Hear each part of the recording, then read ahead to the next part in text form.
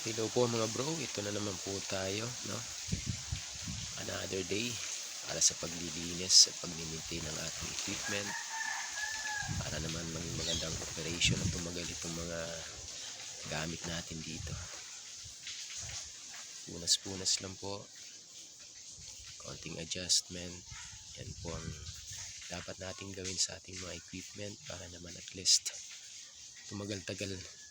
tumatagal-tagal naman yung operation niya. Yan, hanggang taas po, kailangan linisin natin. May mga alikabok po yan.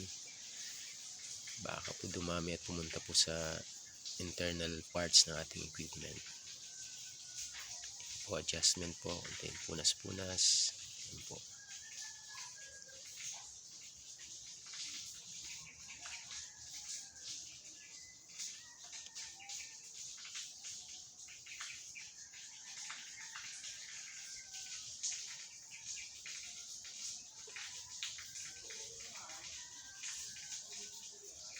Hanggang sa ibaba po kailangan nating linisin. Yan po. Gilid-gilid. Yan. That's it po.